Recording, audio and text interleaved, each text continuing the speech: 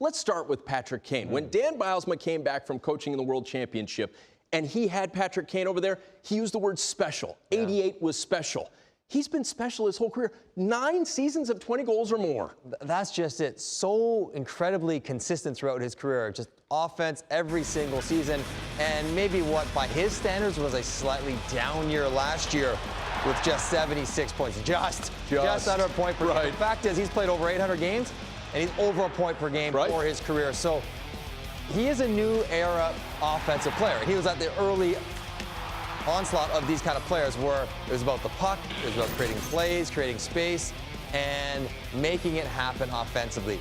And really blazing a trail for maybe some smaller guys, because you see where he ranks amongst the all-time Chicago Blackhawk greats, but in the last 10, 15 years, he is amongst the all-time NHL greats, because I think he showed that you don't have to be huge, you don't have to be super physical, you can be quick, you can be creative, you can have great hands, great vision, and you can be a dominant player. And that's really what he's been every single year.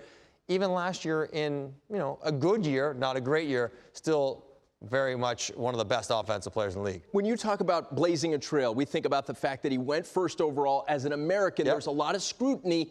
That idea that you can be that effective at his size, something that oftentimes people focus in on, why is he so effective at his size? Well, he's not a super fast skater, but he's elusive. He's got great lateral movement. He can move the puck. He can move the defenders with his mind, with his eyes, with his hands.